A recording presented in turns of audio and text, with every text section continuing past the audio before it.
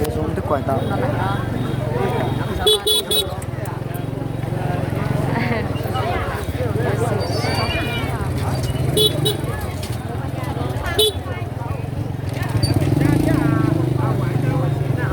Chắc là rất nóng ấy.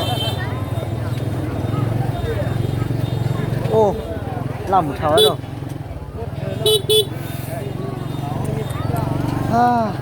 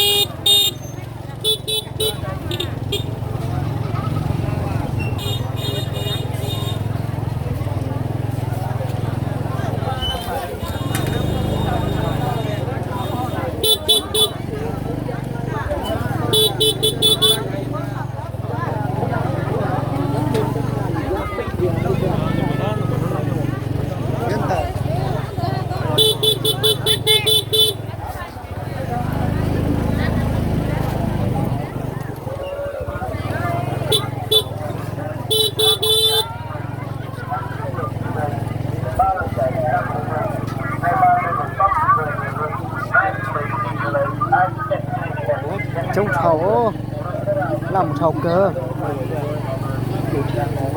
giờ lò trên trả kia là mà thế lò liêu à bé chặt phấn nè cái thầu nè ta chỉ lò in ta kia là xí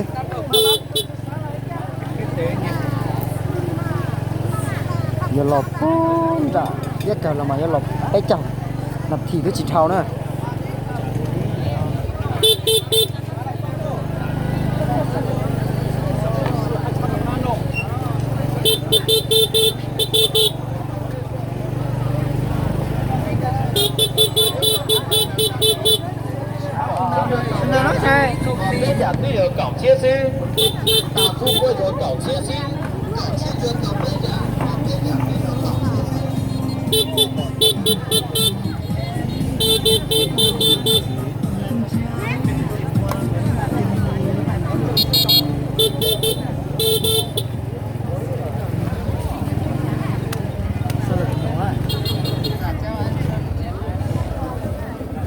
anh ơi, chị này bán bao nhiêu đây? 400 Trung Quốc. 400 tiền tàu à? Cả hai con à? Một con. Một con 400 à? Đi từng block của thiên nhiệt xuống nữa.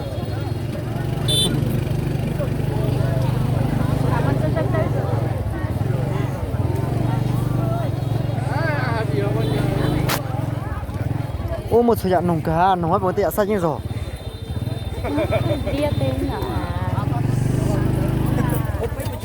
Không bằng sao? Sao nồng nữa?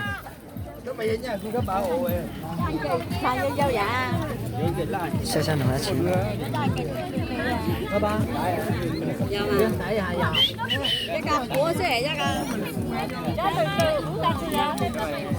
Tao giả hành nữa. Đi bay sang mà xuống rồi gió mà.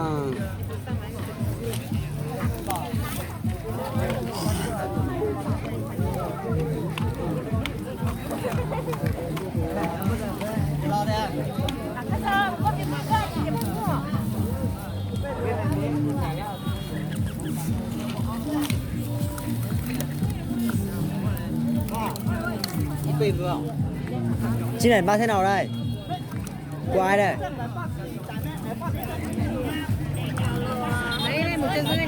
150 cả hai con à? Hay là một con? Tất cả cả lồng à? 150 tiền tàu hay là tiền Việt? Con này ăn chưa?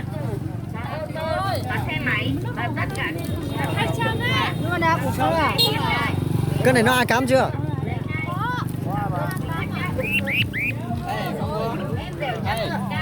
Ô bật xe xí, tụi nó đó xí mà tụi nó to lót thôi rồi. 你买多少？你们现在都在要把水带，这个收10块200就要再收10块钱，你们的还不卖吗？ nàn nồng nó chỉ tí mùi ơ gai nồng nhá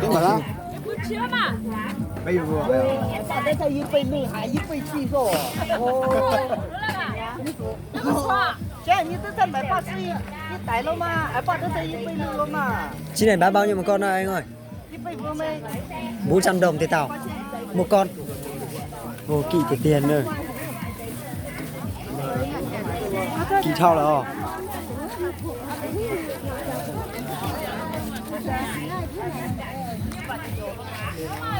Nó chịu. Con này chi gì đây anh ơi? Nó hot, nó có biết hot không? Bán bao nhiêu đây? Bao nhiêu? 200 đồng à? Ừ, đang hỏi giá là bao nhiêu mà?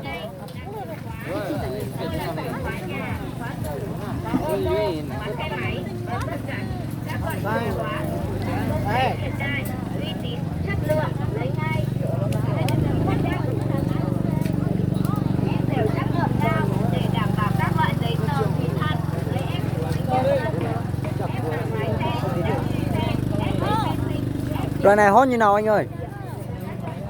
Không biết hot à? Không quay được video của nó à? Hot như họa mi à? Tụi nó ốp của đại tiết xuống rồi nữa. Bao chuẩn nồng nó chỉ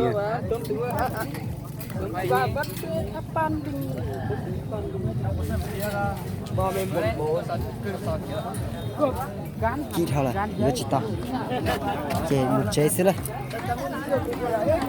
sau bên một con nó là cao tiệp để kia xe một cái trời nó tính trong này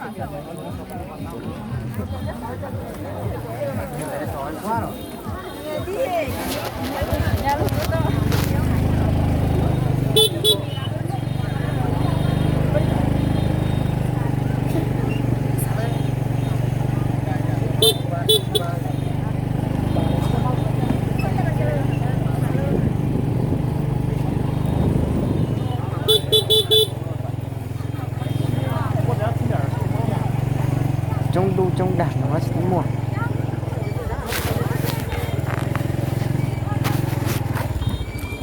con này bán như nào đây? 330 thì tàu thế chỉ bà mai thế không nó kỹ để tiền đâu tao chỉ đã con trẻ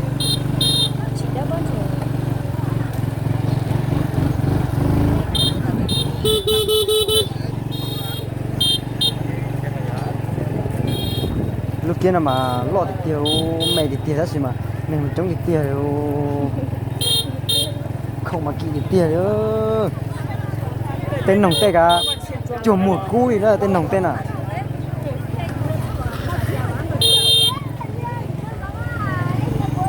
mấy tụi nòng mà chuồng mấy có cúi đó tên này thì tiêu đây lúc kia là mà đây thì tiêu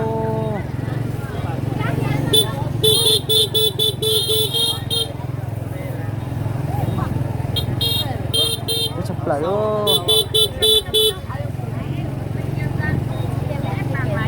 đăng ký xe, ép giấy khai sinh, ép bìa đỏ, ép bảo hiểm. tao cái một cái gì ơ đưa chăm múa rồi nó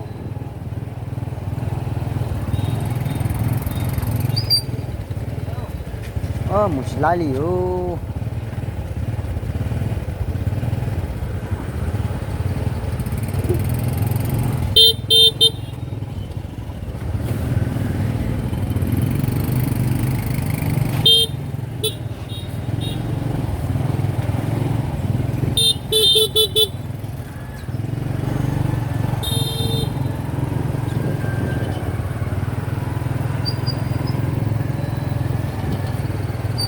quá khá hay luôn xem mà trong chấp lại rồi cái này nó cái thành phố lo chấp lại với chỉ bảo nó nữa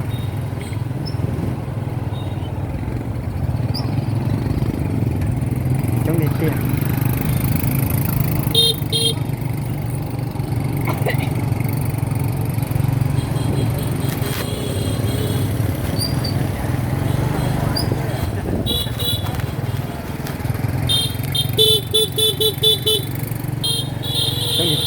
ta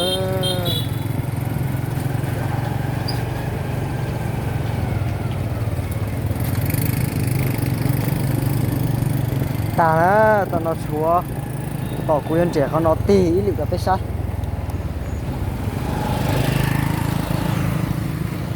à thì chống bảo lý trả nữa để sắp lại theo kia tọ đồ kia là ta cũng bọn ấy lành xí để sắp lại đi nè lên từ sao gì thế sao bỏ ra lúc kia nào là hô tao cho cú thế cú cho nè muốn sai lúc kia nào nè lúc kia là chỉ cậu nông mới giàu sao cậu nông mới giàu lúc kia nào xí nè sát tí chế này bỏ thì giờ sát xuống lại xuống sát bây giờ này chỉ sát ở dưới nào nè thì linh ta xí giờ vào cái chỉ xe thì nên xem từ tụi bắt sang là cú thế